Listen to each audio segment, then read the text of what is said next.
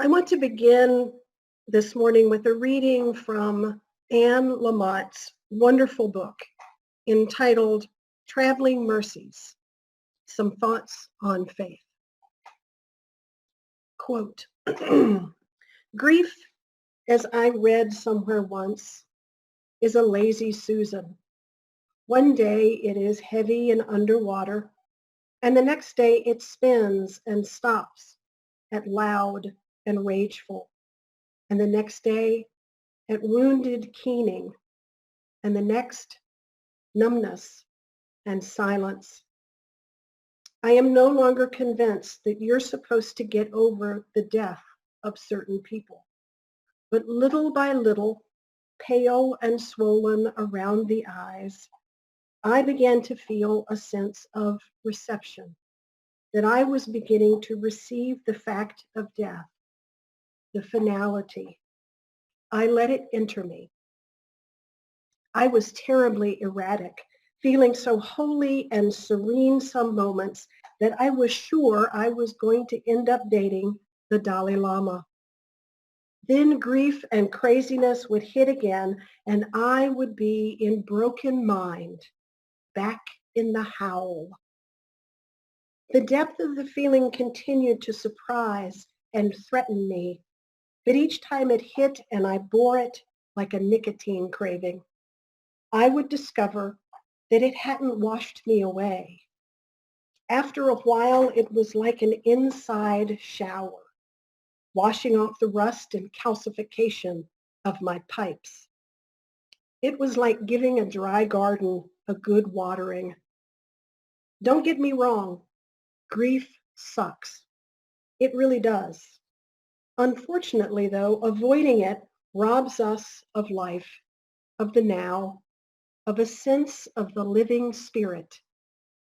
Mostly, I tried to avoid it by staying very busy, working too hard, trying to achieve as much as possible. You can often avoid the pain by trying to fix other people. Shopping helps in a pinch, as does romantic obsession. Martyrdom can't be beat. But the bad news is whatever you use to keep the pain at bay robs you of the flecks and nuggets of gold that feeling grief gives you. A fixation can keep you nicely defined and give you the illusion that your life has not fallen apart. But since your life may indeed have fallen apart, the illusion won't hold up forever. And if you are lucky and brave, you will be willing to bear disillusion. You begin to cry and write and yell, and then you keep on crying. And finally, grief ends up giving you the best two things: softness and illumination. So ends this reading. Between my freshman and sophomore year in college at Virginia Tech, I found my way to the Adirondack Mountains of New York State to work at a Christian camp called appropriately Camp of the Woods. Back in the mid-'80s, those of us on staff lived in little cabins up in the woods above the camp on the side of a mountain, 3 or 4 of us to a cabin. As staff, we were required to attend worship services in the evenings, and when those services were over, we made our way back to our cabins, most of the time having forgotten our flashlights. It was pitch black. Now, I would imagine that each one of you has had this type of experience. Perhaps the lights go out in your home, or you are away on vacation and you have to get up in the middle of the night for something, and it is pitch black. The sensory deprivation hits us. We pause, adjust. Let our whole bodies absorb the situation. And we try to look around to see if we can make out anything, even the faintest of shadows. I spent that summer going through that over and over. into the woods, up the trail, sometimes alone, sometimes not. We would find our way back to our cabins. We learned where to put our feet. One step over, one step this way, one step that way, feeling our way along to avoid any roots or rocks. Walking those paths again and again taught us to avoid the pitfalls. But every single night we moved with caution in the darkness, and we walked with uncertainty. I was thinking about this time in my life recently and comparing it to how life has come to be in a new way since the beginning of this year. I think not only about the implications, far-reaching implications, on our individual lives and the lives of religious and spiritual communities like my UU siblings in Corpus Christi and beyond. And I contemplate the possibilities. As we continue to grapple and think anew about grief and loss, isolation, sacrifice, what illuminations are possible? So many spaces without answers are catapulting us into new ways of, I believe, becoming active participants in how our lives will be forever changed. We who care for and gather in our living communities have also been tossed into a forever shifted landscape. Anne Lamott speaks of erratic places, feeling holy and serene some moments, and in the next being hit by craziness and grief. We have all felt it. Why? Why me? Why us? What is next? Who else? Who can I depend on?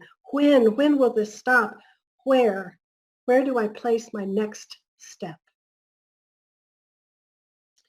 The Anne Lamott piece I shared with you is so powerful in part because she holds grief up to the light out of the darkness, acknowledging what each of us has experienced. Grief and loss change us, and we are feeling this every day.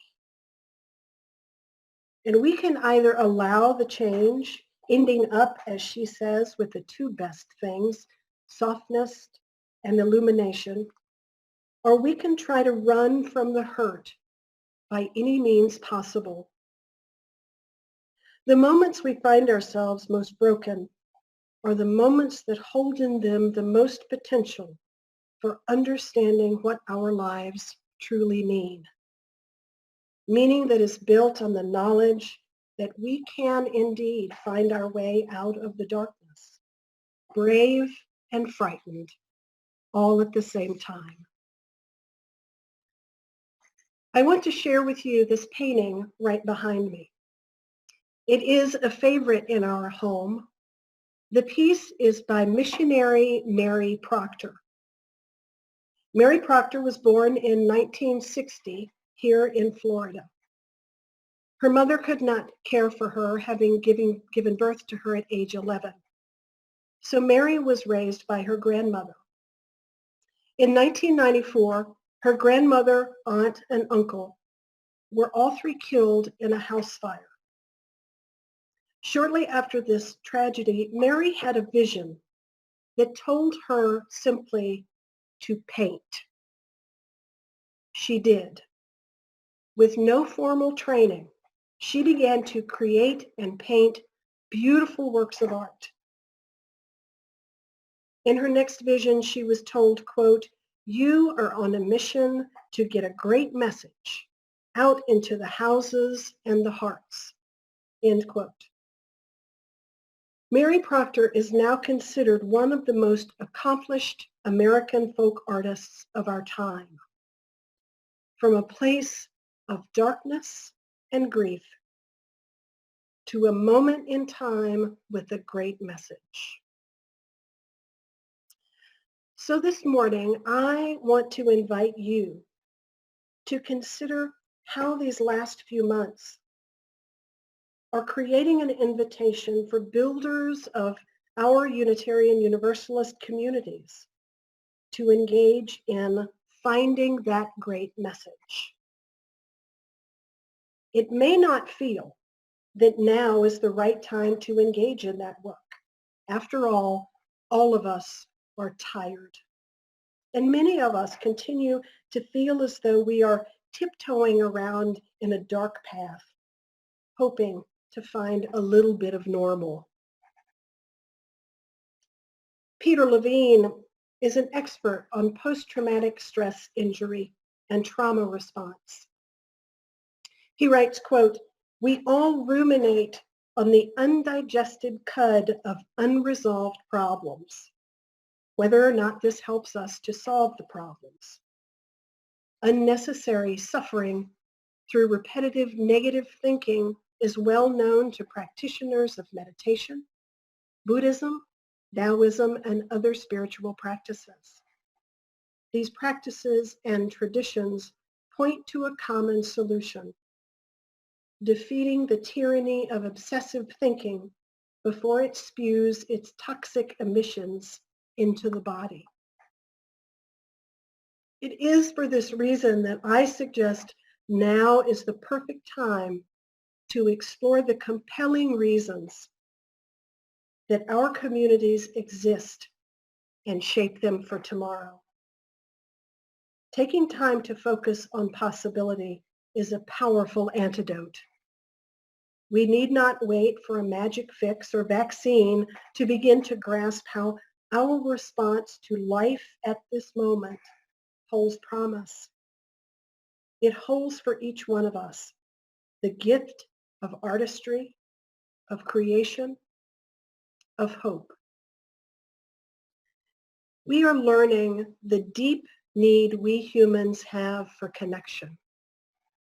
We are, as I recently read, exquisitely social animals.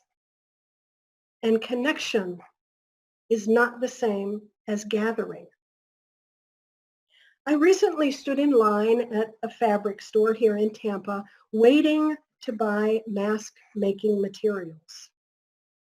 There was a line of probably 30 of us gathered in front of the store, separated by 6-foot spaces, all obediently standing on lines marked on the sidewalk.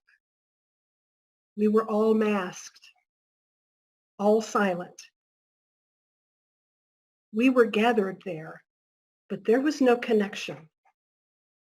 This is our reality, and this is our opportunity. Our second opportunity is learning that attending is vastly different from engaging. More than ever, people want and need to love their spiritual home, and they want and need to find love in return. Catholic theologian David Stendhal Rast writes, quote, "Love is saying yes to belonging," end quote.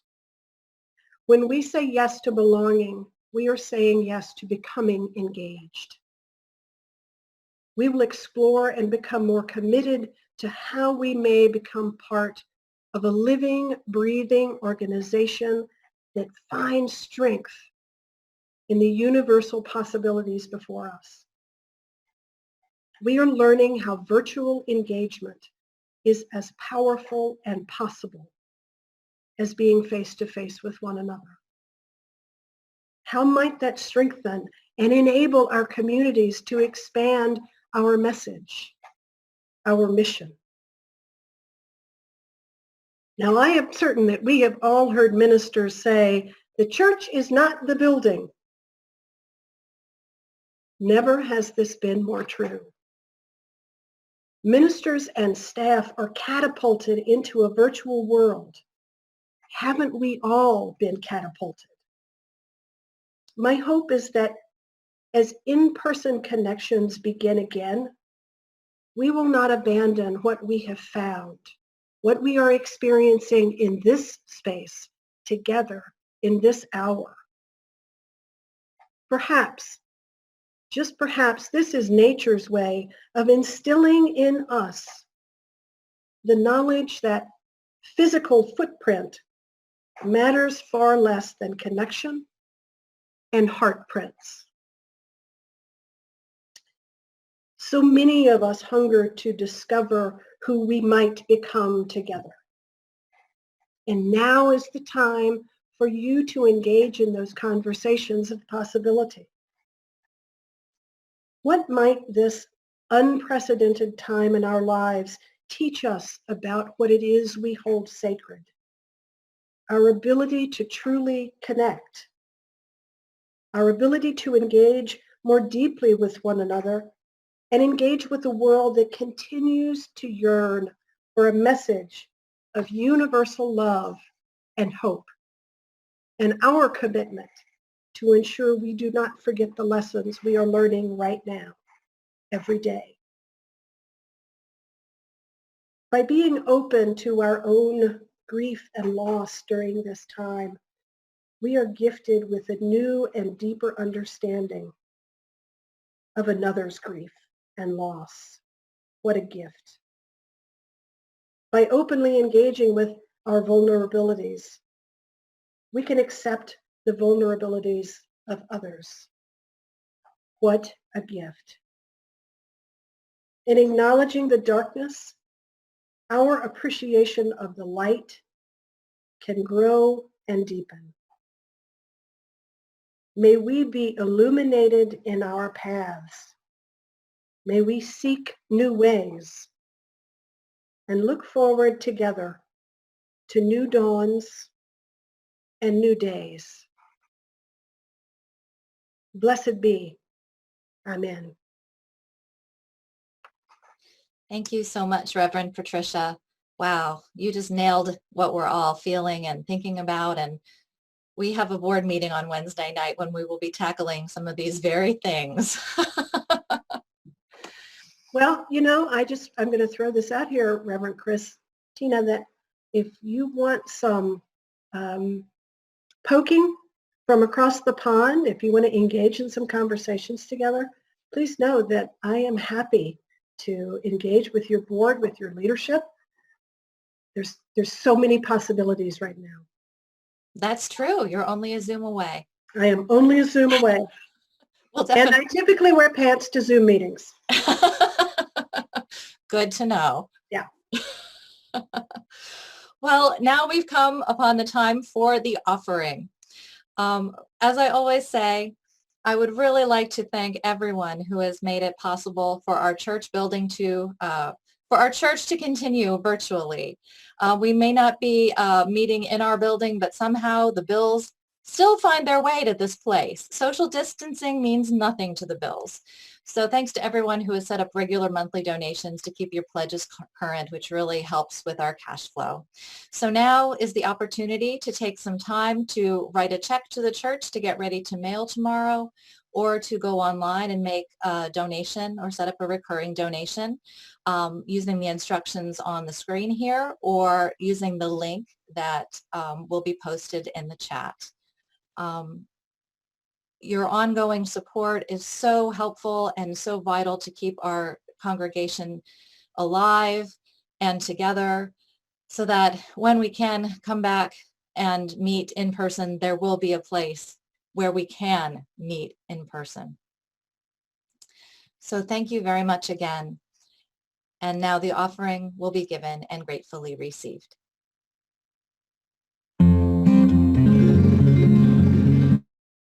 On behalf of Reverend Christina, I want to thank you for your generosity, for your heartfelt engagement, for your commitment to this community, both in Corpus Christi and beyond through the interwebs, as this life we are living right now changes and shifts and grows.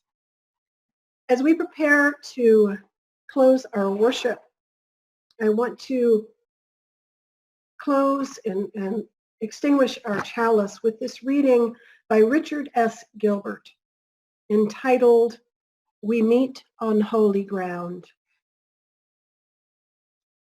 We have met on holy ground, for that place is holy where lives touch, love moves, hope stirs.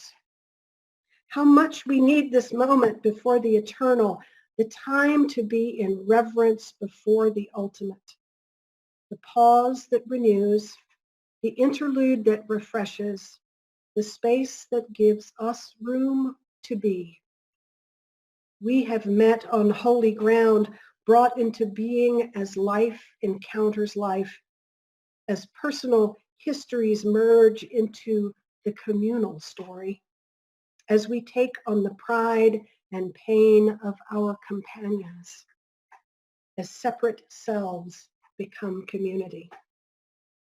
How desperate is our need for one another, our silent beckoning to our neighbors, our invitations to share life and death together, our welcome into the lives of those we meet and their welcome into our own.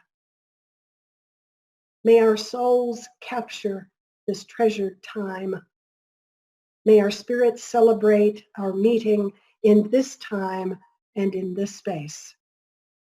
For we have met on holy ground. With these words, we extinguish our chalice, the symbol of Unitarian Universalism, and with the extinguishing of this flame, may the light of love and hope and compassion light anew in the hearts of each and every one of you.